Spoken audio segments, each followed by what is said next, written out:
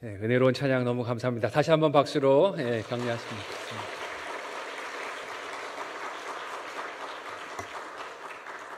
네, 우리 성만의 조수미 전채원 자매님 너무 감사하고 은혜 많이 받았습니다. 함께 오늘 말씀 봉독하겠습니다. 함께 보실 하나님 말씀은 민수기 13장 30절에서 33절까지의 말씀입니다. 구약성경 217페이지 전후로 있습니다. 민수기 13장 30절에서 33절까지의 말씀을 저와 여러분이 한 목소리로 합독하시겠습니다. 갈렙이 모세 앞에서 백성을 조용하게 하고 이르되 우리가 곧 올라가서 그 땅을 취하자 능히 이기리라 하나 그와 함께 올라갔던 사람들은 이르되 우리는 능히 올라가서 그 백성을 치지 못하리라. 그들은 우리보다 강하니라 하고 이스라엘 자손 앞에서 그 정탐한 땅을 악평하여 이르되 우리가 두루 다니며 정탐한 땅은 그 거주민을 삼키는 땅이요 거기서 본 모든 백성은 신장이 장대한 자들이며 거기서 네피림 후손인 아낙 자손의 거인들을 보았나니 우리는 스스로 보기에도 메뚜기 같으니 그들이 보기에도 그와 같았을 것이니라. 아멘. 할렐루야. 네. 어제 은혜 많이 받으셨죠? 네. 어제 저도 은혜 많이 받고 또 위로도 받고 참 행복한 시간이었던 것 같습니다. 우리 문광훈 목사님 모셔서 이렇게 말씀 전해주시니까 제 마음이 너무너무 푸근하고 행복해지더라고요. 그리고 우리가 성도들에게 서로 덕분에 행복합니다 라는 말을 언제 해봤던가 하는 생각이 들어요. 지금 한번 해보겠습니다. 옆 사람에게 덕분에 행복합니다 인사하시죠. 네. 원천교회에서 사역을 하고 사임할 때 저한테 이제 사임할 때 이렇게 또 수고했다고 이렇게 패를 하나 주셨는데 거기에 이런 글귀가 써 있었어요. 한번 여러분에게 사진 보여드릴게요. 뭐라고 써 있습니까? 함께해서 행복했습니다. 함께해서 행복한 사역자였던 게 얼마나 귀하고 감사한가 하는 생각이 들었어요. 우리 신앙생활이 이렇게 함께해서 행복한 신앙생활이 되셨으면 좋겠습니다. 다시 한번 옆 사람에게 이렇게 인사하겠습니다. 함께해서 행복합니다. 네, 또 이렇게 행복한 부흥성회가 되셨으면 좋겠어요. 우리 강사 목사님 나오실 때 큰 박수로 환영해 주시기 바랍니다.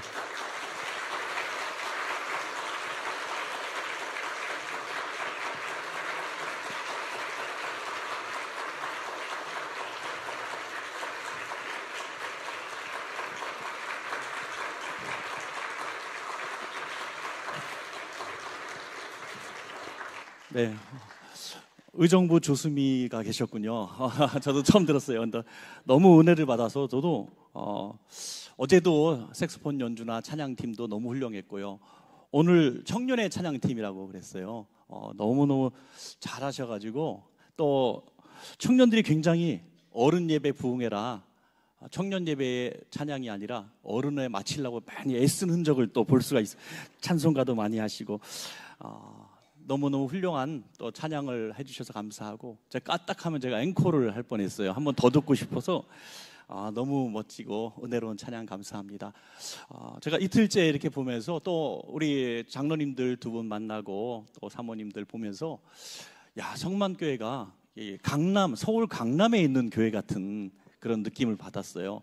굉장히 뭐랄까 그런 게 있잖아요. 강남이라고 다 좋은 건 아니에요. 다 좋은 건 아닌데 굉장히 세련된 또 도시 중심에 있는 그런 느낌을 받아서 깜짝 놀랐어요.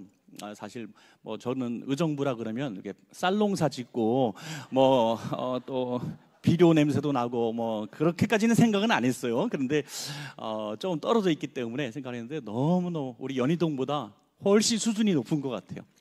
찬양이나 교회 분위기나 너무 훌륭해서 제가 참 여러 가지 모습으로 참 감동을 받고요. 또 그런 걸 좀 느낄 수가 있었어요. 제가 자리 깔고 전 보는 사람은 아니지만 우리 성만교회는 앞으로 지금보다 훨씬 더 크게 부흥할 수 있는 교회라는 생각을 했어요. 그런 저력이나 그런 성도님들이 교회에 사랑하는 마음들, 또 우리 청년들이 100명 정도 나온다는 게 놀라운 일입니다, 여러분. 이게 그냥 예사로운 일이 아니에요. 저희 동네만 해도요, 애들이 없어요. 애들이 없어가지고 주일학교, 청년, 학생 별로 찾아보기가 어려워요. 저희 교회 옆에 중학교가 하나 있는데 한 14, 15년 전에 중학교의 학생이 한 명이 이제 아파가지고 우리 교회는 아니지만 가서 좀 도와줬어요. 도와줬더니 교장 선생님이 좀 초청을 해서 학교를 방문했었는데 그때 전교생이 몇 명인지 정확히 들었었거든요. 그때 1,300명 정도가 중학교 전교생이었어요. 13, 14년 전에. 근데 금년에 350명이더라고요, 전교생이. 이게 서울 시내 한복판에서 지금 일어나는 일들이고요. 초등학교가 막 없어지고 있는 상황 가운데 청년들은 더 없습니다. 그런데 100명의 청년이 모인다는 건요, 앞으로 이 친구들이 결혼해서 3이나 4명씩만 낳아보세요. 욕심 부리지 말고 한 4명까지 정도만 나면 가만히 있어도 성만교회는 그냥 3,000명 정도는 그냥 갑니다. 할렐루야. 더 꿈을 가지시고요, 한 10년, 20년 계획을 세우시고 정말 큰 일을 감당하는 교회가 될 줄로 믿습니다. 자, 오늘 또 시간을 많이 잡아먹었네요. 오늘 드려진 헌금이 있어 제가 한 번 더 기도하겠습니다. 좋으신 하나님 감사합니다. 성의 두 번째 날 허락하시고 귀한 예물로 하나님 앞에 먼저 올려드립니다. 이번 성회가 감사해서 또 주실 은혜를 기대하면서 주님 앞에 정성의 물질을 올려드립니다. 그리고 또 성회를 위해서 많이 기도로 준비했고 또 손끝으로 수고로 많은 섬김을 통해서 은혜 받기에 사모하는 심령으로 모였습니다. 하나님, 우리 예배자들이 예물입니다. 주님께서 기쁘게 받아주시고 약속하신 복으로 풍성에 내려주시되 30배, 60배, 100배로 부어주시고 빈 것들을 채워주시며 하나님께서 길을 평탄케 하여 주셔서 하나님 잘 섬기는 자들이 복받는 것을 세상의 간증함으로 복음을 전할 수 있도록 복 내려 주시옵소서. 오늘도 참 미련하고 부족한 종 섰습니다.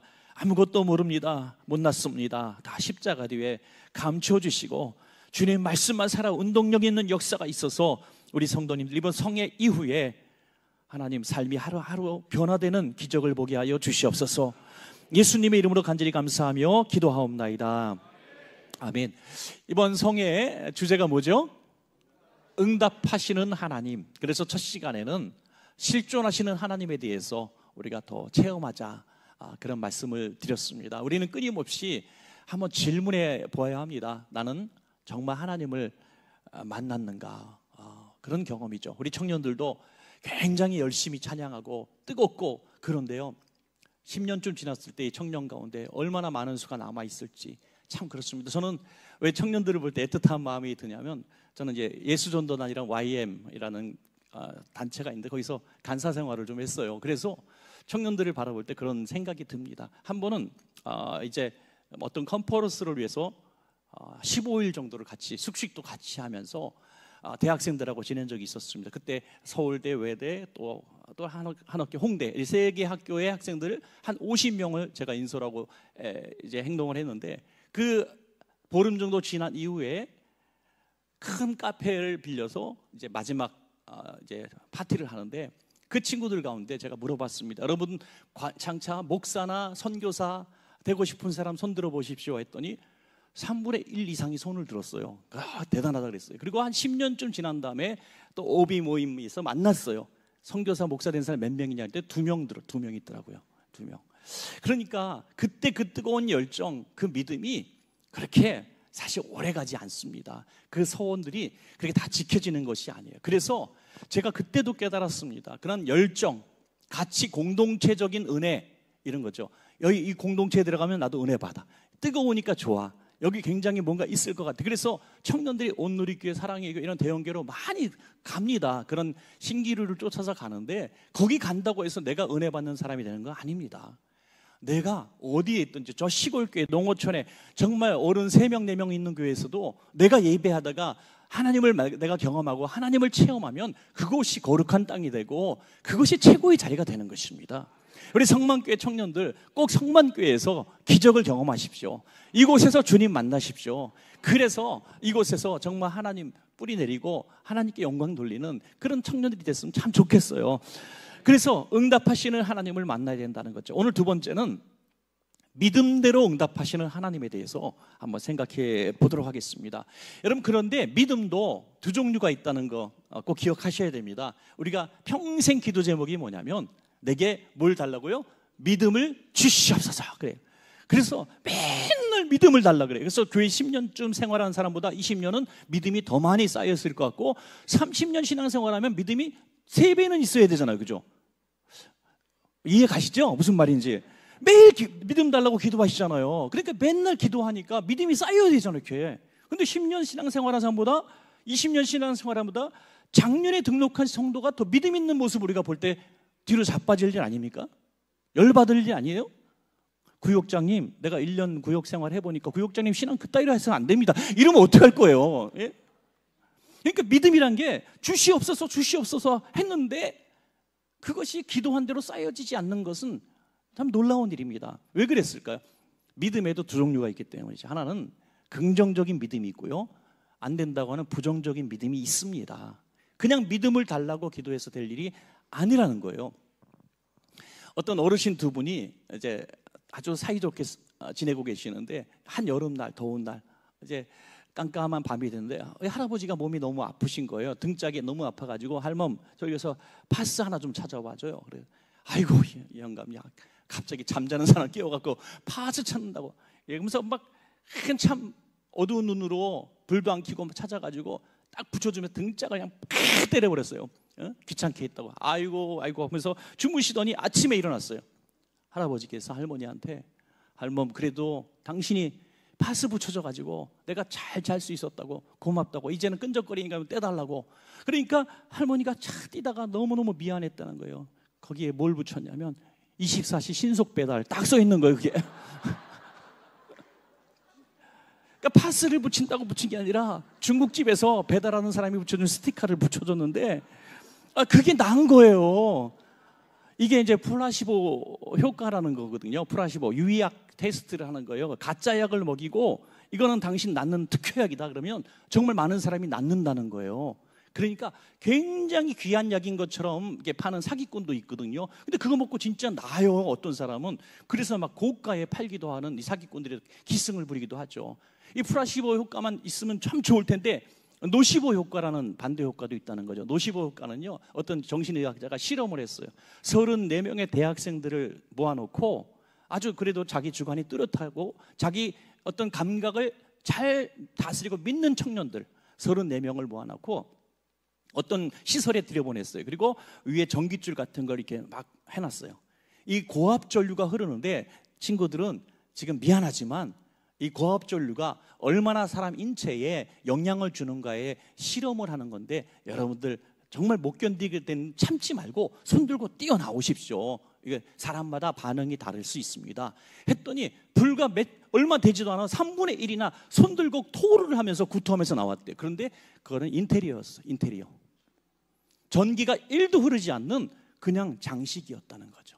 그런데 3분의 1이 전기가 흐르는 것 때문에 두통이 나고 메스껍고 토를 했다는 거예요. 이게 노시보 효과, 부정적인 믿음의 효과라는 거죠. 그러니까 어릴 때부터 많은 어른들이 참 착한 마음으로 그랬겠지만 썩을 놈아, 문두가 나가 죽어라, 이런 말들을 얼마나 많이. 여러분 이렇게 잘 큰 건 기적입니다. 기적이에요. 그래서 우리는 들은 대로 부정적인 것을 그대로 받고 살 때가 참 많이 있습니다. 그래서 이 긍정적인 믿음을 갖도록 우리가 많이 애를 쓰고 또 훈련하고 하나님 나를 고쳐달라고 그렇게 많이 기도해야 돼요. 여러분 그래서 말씀 들을 때도요, 긍정적인 믿음을 가진 사람은 30분 설교를 들으면서 내가 은혜 받는 한마디만 딱 주어지면 오늘 은혜 받았다 그래요. 그런데 부정적인 믿음의 소유자는 은혜 받은 거 분명히 한 번은 있을 텐데 다른 거에 불편한 거야. 예.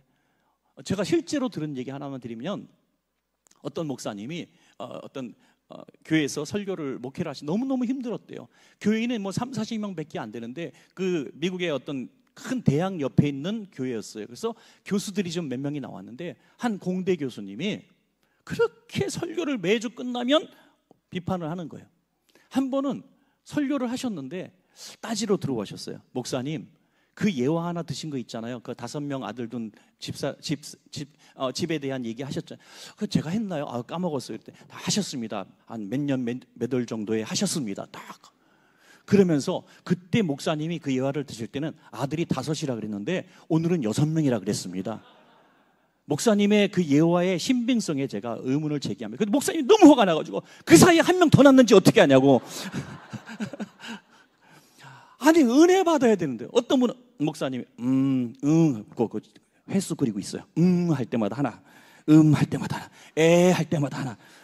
그래서 빽빽하게 10자 만들어갖고 목사님 36번 하셨습니다. 이래가지고 어떻게 은혜를 받냐 이거예요. 어떻게 은혜 받습니까? 그러니까 긍정적인 믿음의 소유자가 되면 은혜 받는 것만 받으면 되는 거예요. 내게 주신 말씀만 받으면 되는 거예요. 다른 사람 볼 필요 없어요. 나는 나의 길을 가련다. 난 축복의 길을 가련다는 거죠. 오늘 보니까 이제 가데스 바네아 1년 반에서 2년 정도 사이라고 하는데요. 이제 출애굽해서 가나안 목전에 간 겁니다. 그런데 그냥 들어가면 되는데 12정탐꾼을 모집하죠. 12지파에서 굉장히 뛰어난 1등을 뽑아왔어요. 1등을 한 명씩 뽑았으니 얼마나 대단한 청년들이겠어요. 민첩하고 인물도 좋고 똑똑하고 판단력 뛰어나고 적진 속에 들여놔도 얘는 사막에 가도 살래야 하는 사람들을 한 명씩 뽑았습니다. 대표를 뽑은 거예요. 그 12명이 뽑았는데요.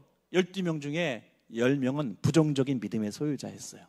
2명 여호수아와 갈렙은 긍정적인 믿음의 소유자예요. 12명 정탐꾼이 만들어져서 정말 그들을 보냈기 때문에 40년 광야 생활을 하면서 벌받고 다 그 자리에서 죽었지만 하나 좋은 점이 하나 있었어요. 여호수아 갈렙을 발탁하는 계기가 되었던 거죠. 다 차세대 이스라엘의 모세를 이을 지도자들이 거기서 나왔다는 거죠. 그만큼 뛰어난 인물들이었다는 것은 틀림없습니다. 그런데 몇 대 몇이에요? 10대 2라는 거예요. 이 비율은 아직도 변함이 없는 것 같아요. 교회의 지도자들 가운데서도 부정적인 사람이 훨씬 많습니다. 언제나 그래요. 가정에서도 그렇고요, 회사에서도 그렇고 교회에서도 그래요. 그런데 기가 막히게 비율적으로 보면 팔레토 법칙에 의하면 20%가 세상을 이끌어간대요. 20%가. 그러니까 이것도 비율도 맞잖아요. 너무 기가 막히지 않아요? 그래서 오늘 이 말씀 들을 땐 저는 김 집사님 이 말씀 들어야 돼. 그 80%에 들은 그 사람이야. 이런 소리 하지 마시고 내가 20% 돼야 된다. 이게 내가 20% 사람이 되는 거예요. 할렐루야. 그런데 요 잠깐 생각이 암흑의 장로님 생각났다면 여러분 80%야. 그 내가 20% 긍정적인 믿음의 사람이 되면 다 상관없어요. 내가 들어가면 가정이 변화되고요, 자녀들도 변화되고, 교회도 변화되고, 기업도 변화되는 거예요. 하나님 내가 변화되게 해주십시오. 오늘 그렇게 기도하면서 하나님 응답하시는 하나님, 내 믿음대로 응답하시는 하나님에 대해서 우리가 생각해 봐야 합니다. 긍정적인 보고가 있고 부정적인 보고가 있었죠. 긍정적인 보고가 뭡니까?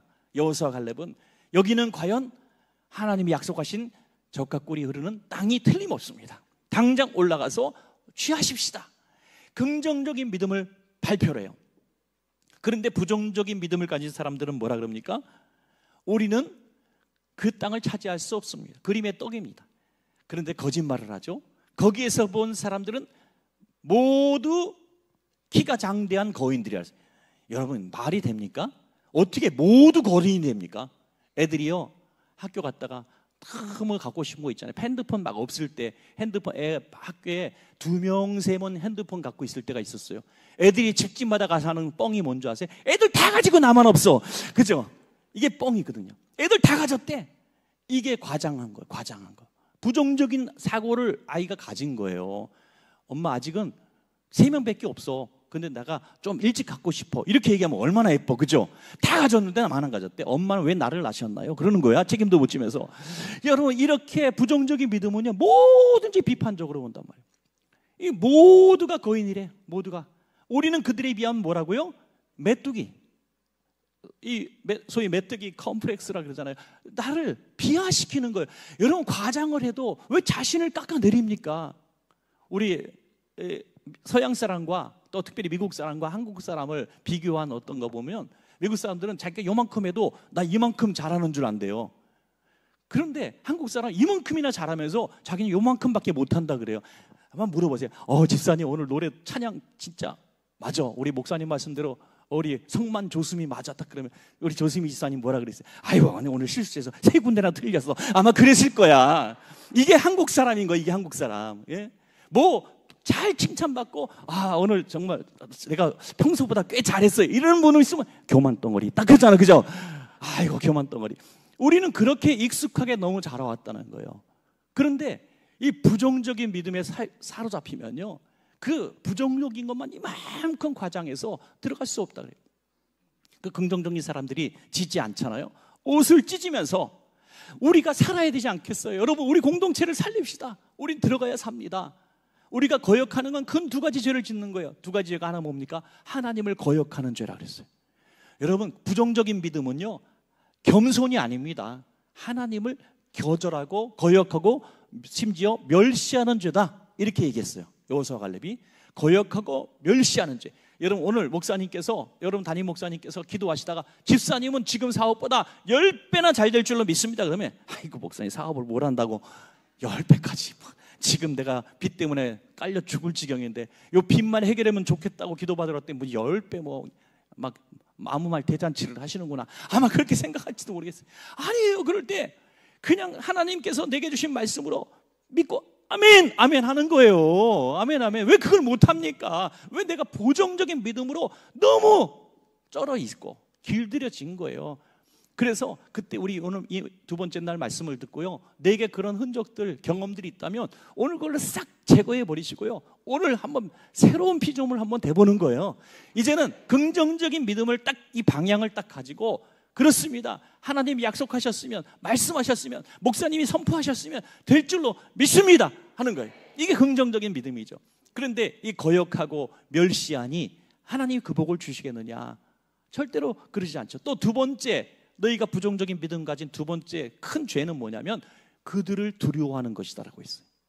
그들을 두려워하는 게, 이게 부정적인 믿음이라는 거예요. 여러분, 눈으로 보면 두렵잖아요. 실제로 두렵습니다. 우리들 사는 길도 너무 두렵고요, 학교도 두렵고 직장도 두렵고 사는 일이 너무너무 두려워요. 그래서 너무 일찍 생애를 포기하는 사람들을 보면 결국 두려움 때문에 감당할 자신이 없는 거예요. 그래서 그냥 여기서 나만 그냥 끝나면 되겠구나, 아마 그렇게 생각하는 거예요. 굉장히 이기적인 거죠. 두렵기 때문에, 결국 두렵기 때문에 그런 거예요. 두렵기 때문에. 어떤 분이 그런 순간에 그래도 살아보려고 누구한테 전화하고 누구한테 전화했는데 전화를 안 받아. 그래서 이 사회 심리학자들이 얘기하는데, 그런 위기의 순간에 나랑 통화해서 나를 이해해줄 한 사람만 있으면 그 선택을 하지 않는데요. 그 한 사람이 없는 거야. 얼마나 삶을 참 고독하게 단절된 삶을 살았으면 그랬을까요? 너무 안타까운 일이죠. 그 사회적인 책임도 있고 가족의 책임도 있고 그 한 사람의 잘못이 아니라는 거예요. 그 사람 품어주는 그 한 사람이 없었던 거죠. 너무너무 안타까운 일이 아닐 수 없어요. 오늘 그들을 두려워하지 말라 한 것은 바로 그런 말입니다. 그들은 너희를 잡아먹을, 너희를 메뚜기처럼 뜯어먹을 그런 존재가 아니야. 우리는 그들을 먹을, 그들이 오히려 우리가 메뚜기가 아니라 그들이 우리의 오늘 한 끼 식사거리야 라고 얘기하는 겁니다. 반대로 얘기하잖아요. 긍정적인 믿은 사람은 우리는 그들의 먹이가 될 거라고 생각하고, 부정적인 사람은, 긍정적인 사람은 저들은 우리의 밥이라고 얘기해요. 이게 얼마나 다른 얘기입니까? 똑같은 것을 봤는데, 우리 성만교회 성도님들은 긍정적인 믿음을 가지시고 어떤 위기와 어려운 순간들이 탁 다가와도요, 하나님이 내게 주신 밥이다, 이렇게 선포하십시다. 질병이 있으십니까? 이 질병이 나를 결코 해할 수 없다. 저는 주일날 선포할 때 그런 얘기를 많이 합니다. 우리 교회도 암 환자가 많아요. 오죽하면 암 신우회가 다 있습니까? 교회 안에 암 환우회가 있습니다. 혈액암 전공 세브란스 의사 선생님 여기 고문으로 세워놓고 거기에 회원들 7년차, 1년차, 3년차 뭐 10여 명 이렇게 모여서 뭐 모임도 갖고 그래요. 여러분, 그런데 감사한 게 그 모임 만든 지 10년 정도 됐는데 한 명도 안 돌아가셨어. 할렐루야. 그거 보면서 뭘 생각하냐, 딱 당신 암입니다 얘기하면서 보통 1년에서 2년 얘기하는 사람이 많이 있었어요. 그러면 자기 2년 남았대. 왜 2년 남았다 그래요? 저분은요 2년 남았다는데 지금 7년째 살고 계시는 분이고요, 요분은 10년째 사시는 분이고요. 권사님 나봐, 나 지금 7년째 살고 있어. 이렇게 얘기하면서 손잡고 기도하니까 나도 살 수 있겠다, 믿음이 전염되는 거예요 이게. 그러니까 역시 암으로 갑자기 생겨서 정말 지금 낙심하고 있는 성도님이 있다면, 그 암으로 지금 5년, 7년, 8년 견디고 계신 분은 그냥 가만히 있으면 안 돼요. 그분한테 쫓아가야 돼요. 집사님 나봐. 집사님 나도 엄청 무서웠어. 나도 죽을 줄 알았어. 맨날 울었어. 그런데 나봐. 나 살아났잖아. 우리 게 집사님 한 분은 암으로 위기의 순간에 딱 처했어요. 충성 열심히 하는 젊은 집사님. 그런데 피아니스트예요. 그런데 이제 암이라 그러니까 너무 두렵잖아요. 매일 울었어요. 그런데 믿음 가지고 구역장을 계속했어요. 그런데 하루는 6개월쯤 지나서 두 번째 검사 왔잖아요. 검사 맡았는데 암이 더 나빠진 거야. 그래서 산을 막 올라가서 걷고 있었어요. 너무너무 슬퍼가지고 막 나 이제 죽나 보다. 다음번에 가면 이제 가망 없다는 소리 들을 테니까. 울고 갈 때 권사님 한 분이 누가 뒤에서 꼭 끌어안고 같이 울어줬더니 산길에서 산책로에서 같이 끌어안고 막 울었어요. 그리고 방에다 기도실 만들고 더 열심히 예배드리고 더 봉사하고 구역장을 하던 사람이 교구장을 했어요. 교구장은 10개 구역을 책임지는 책임자. 아니 그 몸이 매일같이 줄어들고 몸무게 줄면서 그걸 한 거예요. 그런데 지금 한 3년째 살고 있어서 간증을 얼마 전에 하더라고요. 근데 간증에 제가 얼마나 은혜 받은 부분 한 구절을 말씀드려요. 이런 얘기를 하는 거예요. 암 걸리기 전에는 하나님의 은혜가 이렇게 큰지 몰랐다는 거예요. 그런데 암이 걸리고 나서 하나님 앞에 매달리고 날마다 성경 읽고 아침 새벽에 묵상하고 주의 일을 하면서 오늘 주님이 부르셔도 아쉬울 게 없을 정도로 은혜 생활을 하니까요 정말 행복하다는. 그래서 어떤 구절의 말을 할 때 제게 탁 은혜가 왔냐면 하나님 너무 빨리 고쳐주시지 마세요. 빨리 낫고 싶지 않아요. 얼마나 영적인 수준이 높아진 겁니까? 지금 죽고 사는 문제는 나한테 상관이 없습니다. 하나님 은혜가 너무 좋습니다. 이게 죽음의 두려움을 이긴 긍정적인 믿음 단계까지 나아간 모습인 줄로 믿습니다. 여러분, 두려움이 있다는 건요 아직 내가 부정적인 생각을 하고 있다는 거예요. 난 죽을 거야, 나는 망할 거야, 부도 났는데 무슨 희망이 있어, 천만의 말씀.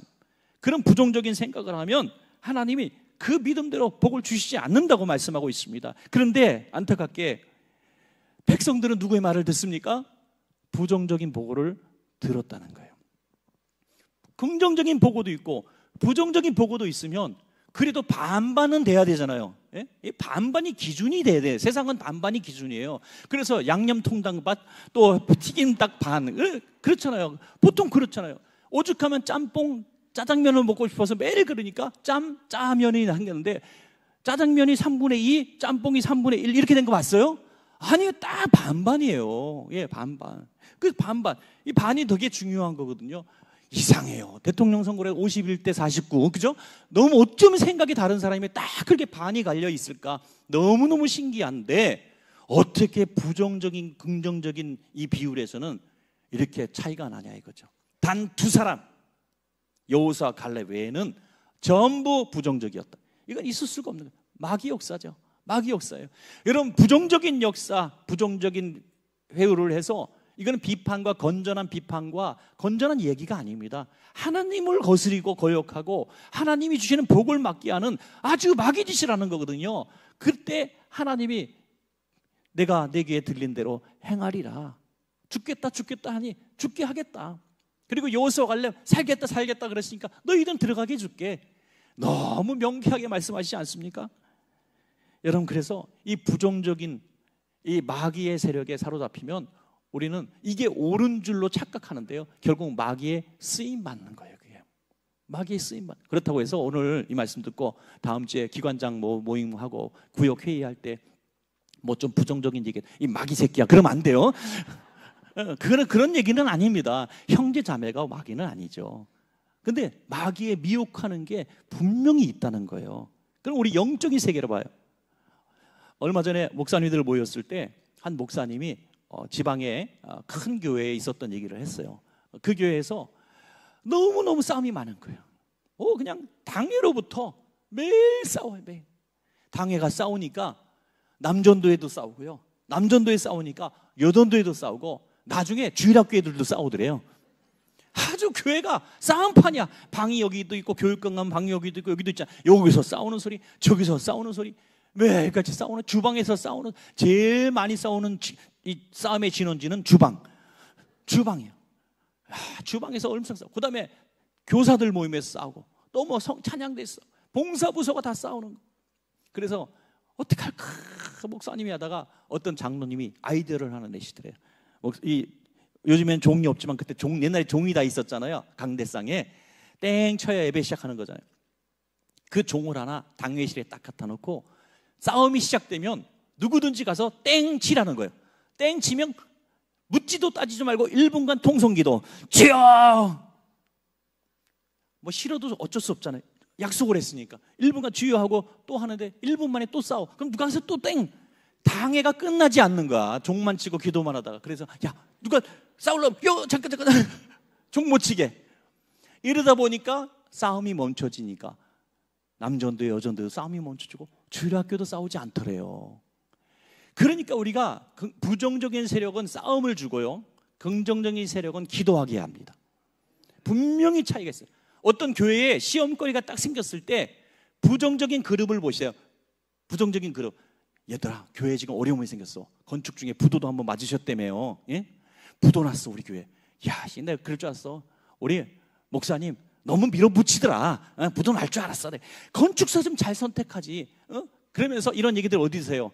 저 카페에서 하고, 그래도 교회 근처에서 성도 만날까 봐 저기 창동 넘어서 거기 가서 하잖아요.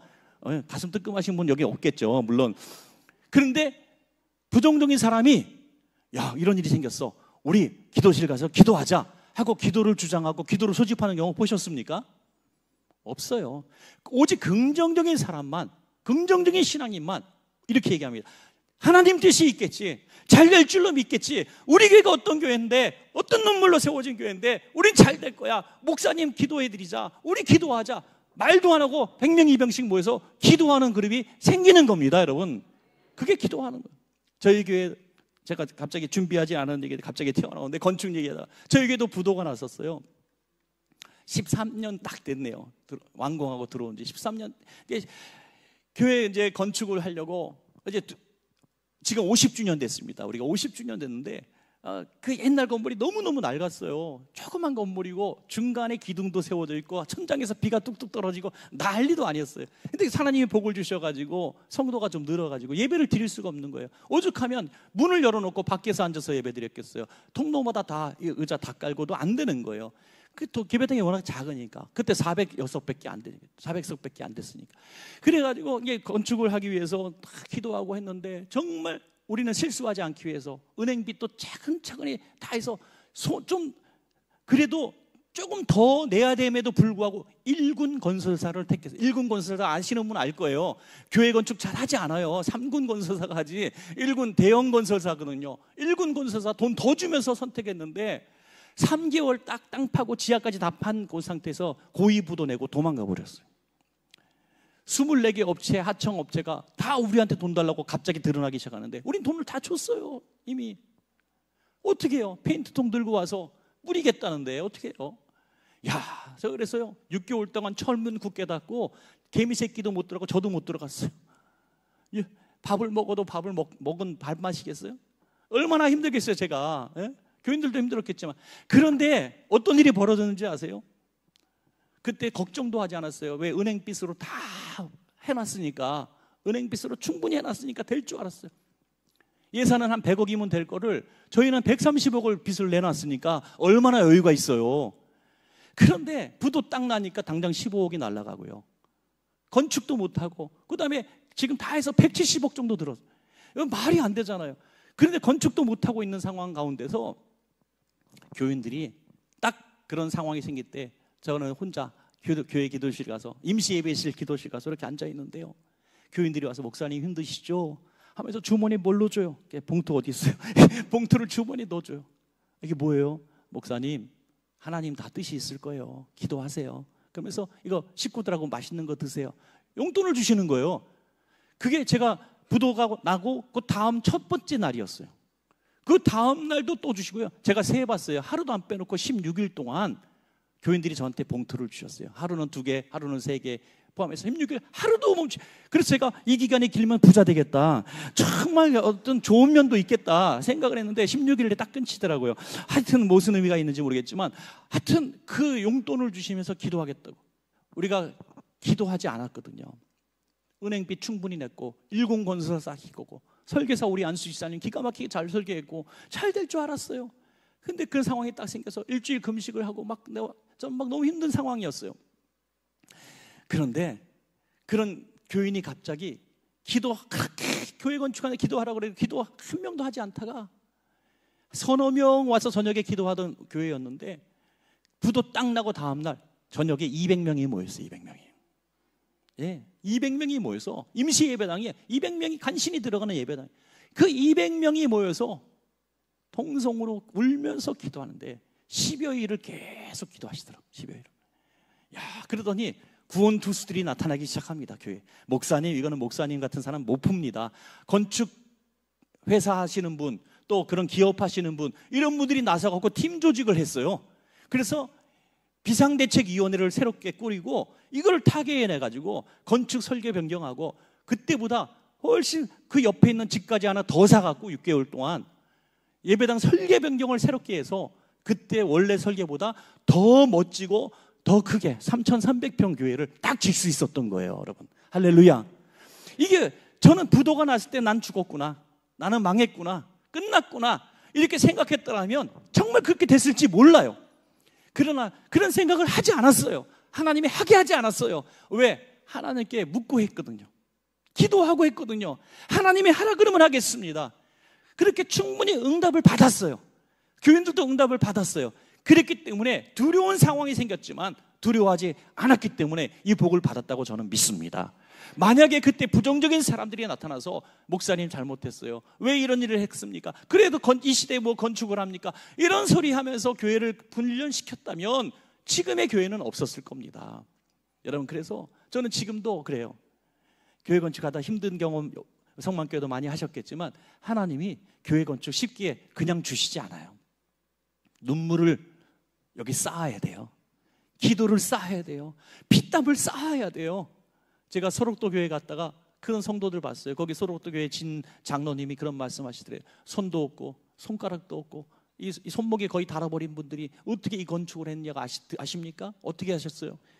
비료 부대를 입에다 물고 냇가에 가서 이렇게 자갈 쓸어 모아가지고 입으로 끌고 기어가지고 와서 벽돌 싼 거예요. 이렇게 얘기하더라고요. 우리 이렇게까지 얘기하더라고요. 여기 첫 번째 성전, 소록도 첫 번째 성전은 시멘트로 바른 게 아니라 성도들의 피땀과 진액으로 시멘트를 삼았습니다. 그렇게 얘기하더라고요. 그게 교회인 거예요. 여러분, 그렇게 쉽게 지어지는 게 아니라는 거예요. 왜? 세상은 악한 마귀가 우리를 복받지 못하게 하려고, 하나님의 말씀대로 살지 못하게 하려고 끊임없이 우리를 괴롭히고 부정적인 세력으로 끌고 갑니다.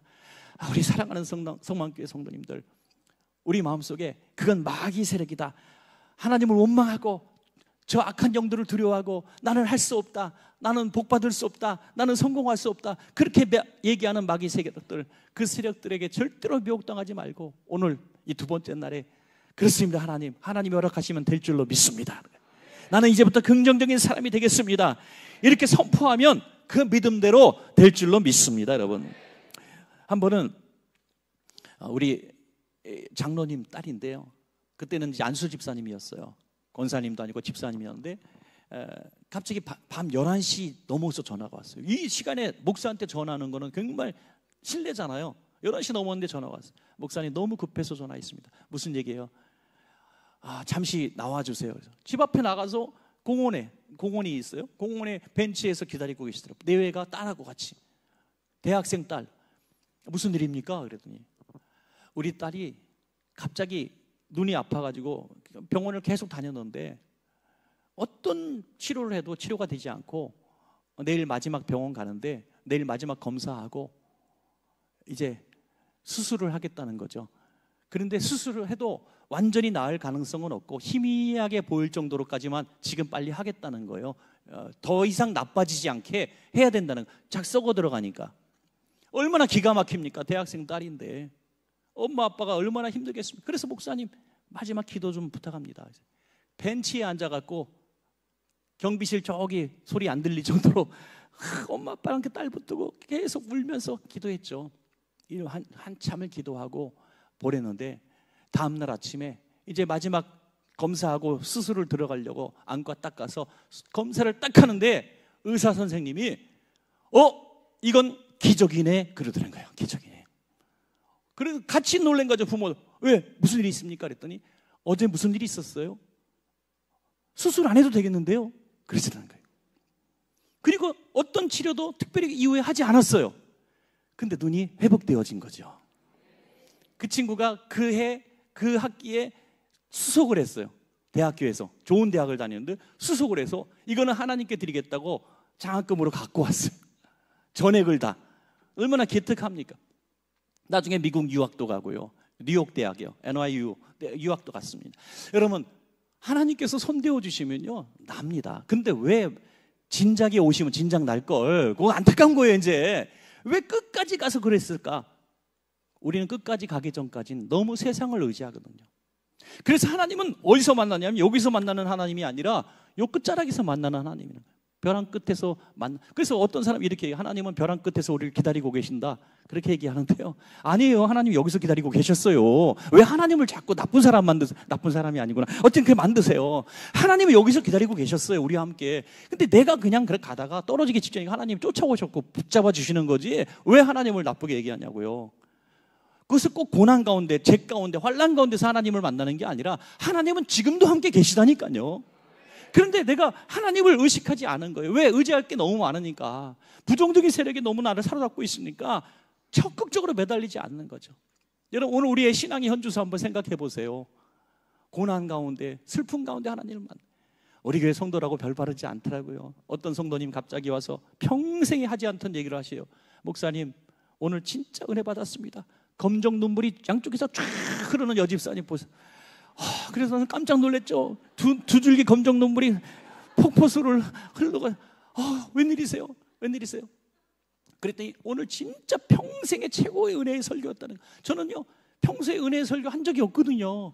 그냥 평소랑 비슷했고 좀 잘 못했다고 생각한 날이 수도 있었어요. 근데 그분이 왜 제가 그래서요 이제는 조금 저도 목회를 조금 하다 보니까 이제 좀 노련한 것이 생겼잖아요. 그래서 집사님 손 딱 잡고, 집사님 요즘 힘드시죠? 힘드시죠? 딱 그러면, 어머 목사님 어떻게 하셨어요? 어떻게 하셨어요? 목사님 너무 신통하세요. 예. 저 보면 다 보여요? 보이긴 뭘 보여요? 은혜 안 받았던 사람이 은혜 받으니까 아픈 거지 지금. 예. 그래서 제가 어느 날 그렇게 기도하고 싶어요. 주여, 우리 전 성도들이 아픔 속에 있게 하여 주시옵소서. 고난당하고 실족하고 부도나고 그러면 안 되겠죠, 그죠? 하여튼 그런 생각이 들 정도로 우리는 너무 뻣뻣해요. 너무 교만해요. 너무 잘난 체예요. 그래서 하나님이 박살을 내는 거예요. 돌가루가 안 되니까 막 분쇄기로 갈아가지고 먼지처럼 만들어 보시는 거예요. 그래서 따라합시다. 좋은 말 할 때 들읍시다. 좋은 말 할 때 들어야죠. 가루까지 될 때까지 버티냐고요. 부정적인 생각을 하고 있으면 하나님을 거역하고 그 악한 세력을 두려워하는 거니까 이거는 절대로 넘길 일이 아니에요. 우리 교회 성도님들한테도 제가 그런 얘기를 해요. 저는 막 함부로 이상한 얘기도 많이 하거든요. 목사님 뭔 말 실수하냐. 조심해요 사람들이. 부정적인 얘기하는 건 주둥아리다. 내가 주둥아리. 그때는 때리라. 네, 때리라. 손으로 때려. 아이고 내가 또 부정적인 얘기했다. 다음 주에 입에 부어갖고 오시는 분이 있을지 모르겠지만 부정적인 습관은요 이 정신 바짝 차리게 내 손으로 때려야 돼요. 그래야 아기도 살고 우리도 살고 남편도 살고 아내도 살고 교회도 살고 기관도 사는 거예요. 여러분 정말 부정적인 세력, 부정적인은 마귀예요. 저는 성령님과 마귀가 각각 사람을 인도하는데 마귀는 방향이 달라요. 마귀는 과거를 들춰내고 성령님은 미래를 말씀하세요. 부정적인 사람이 미래를 얘기하는 거 봤어요? 미래의 희망을 얘기하는 거 봤어요? 과거에 잘못한 것을 드러냅니다. 그거 봐, 당신은 그래서 그런 거야. 사기당하고 다 남편이 들어와서 실직당하고 들어와서 너무 어려운 일 회사에 있어 들어왔는데 당신 내가 그럴 줄 알았어. 이렇게 얘기한다는 거죠. 그게 과거 잘못을 끄집어내고 아픈데 소금 뿌리는 게 바로 마귀 짓이라니까요. 성령님은 어떤 마음을 주시는가? 위로하는 거예요. 당신 잘 될 거야. 지금까지 잘했잖아. 정말 당신은 하나님이 함께 하시는 종이니까 우리 같이 기도합시다. 더 좋은 길이 있을 거예요. 왜 이런 말을 못하냐고요. 왜? 내가 부정적이니까. 내가 이 그릇을 아무리 바꿔도 셈의 근원이 악한데 어떻게 선한 것이 나올 수가 있느냐. 그래서 오늘 두 번째 날에는요 여러분 결사적으로 한번 내 이 심령에 손을 얹고 기도하십시다. 저는 한 번 기도에 기적이 일어난다고 믿는 사람입니다. 예, 오랜 시간 100일 기도, 뭐 우리가 곰이 사람 되는 기도 합니까? 그게 아니에요.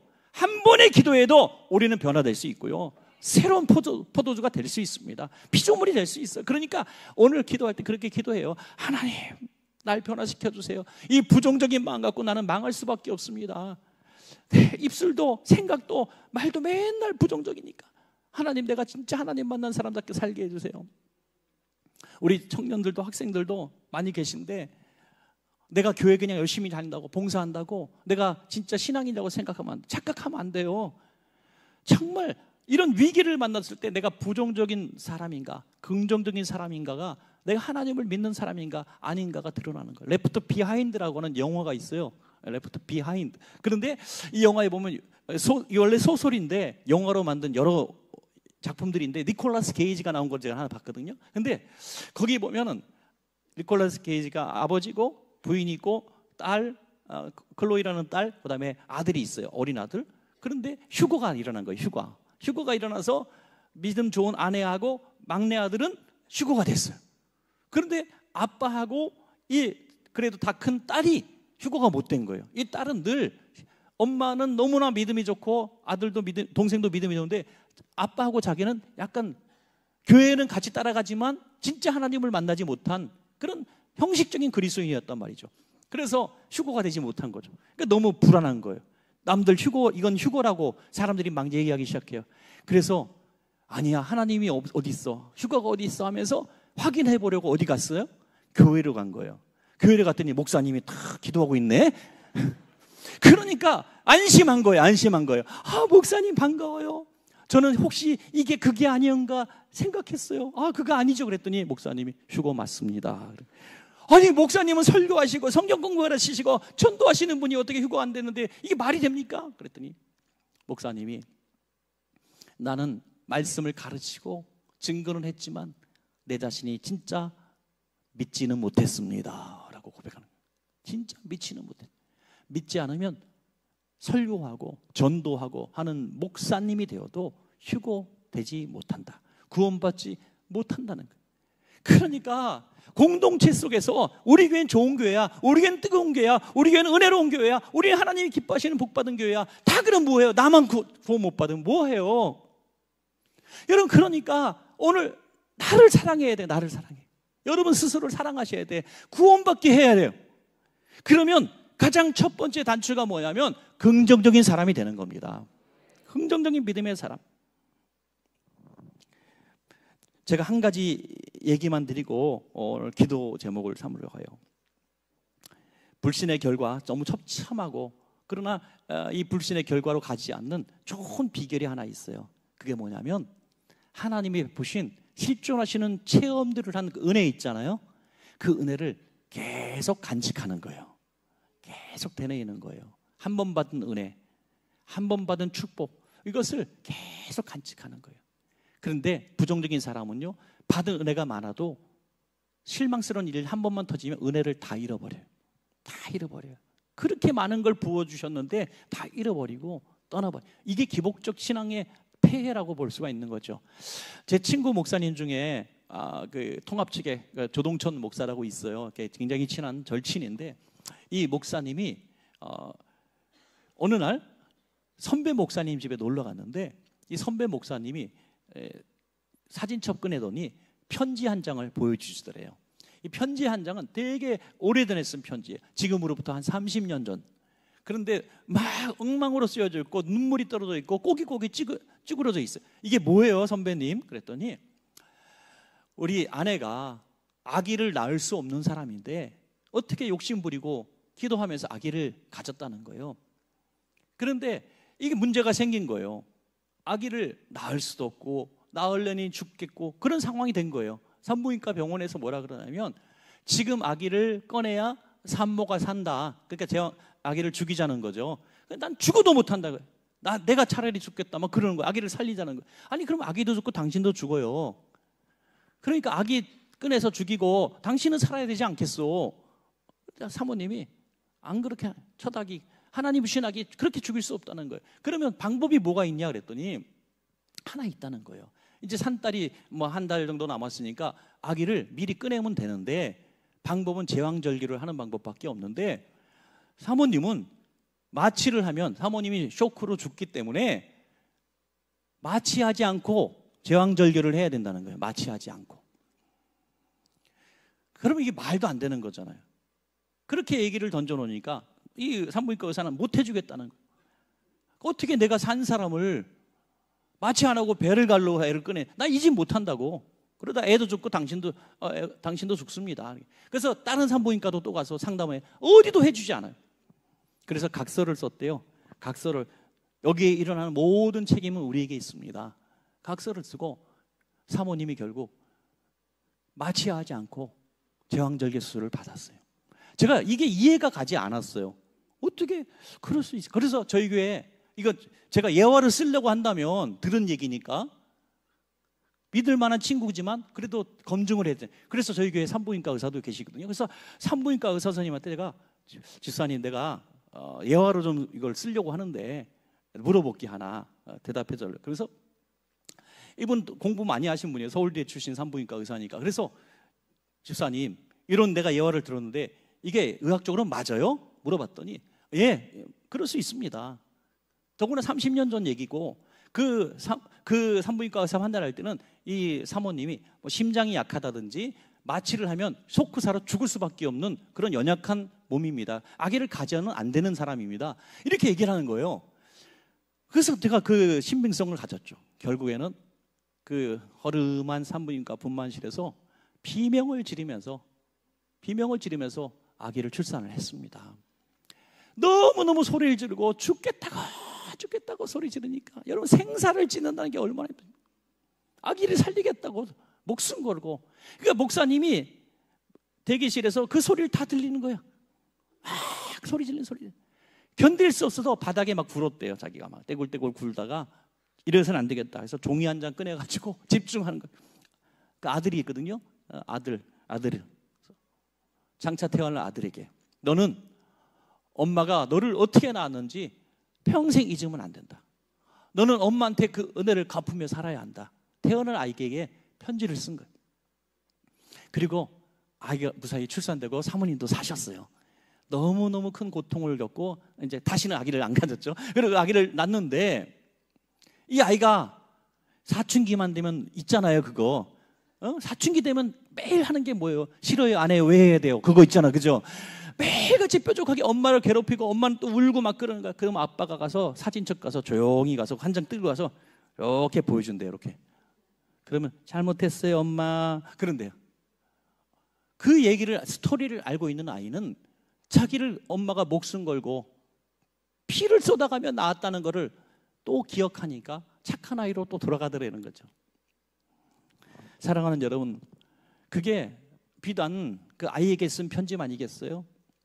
오늘 저와 여러분에게 예수님께서 우리를 위해서 죽으셨다는 그 사건을 기록한 편지가 여기 있지 않습니까? 그가 찔림은 우리의 허물 때문이요, 그가 상함은 우리의 죄악 때문이라. 그가 징계를 받음으로 우리는 평화를 누리고 그가 채찍에 맞음으로 우리는 나음을 받았도다.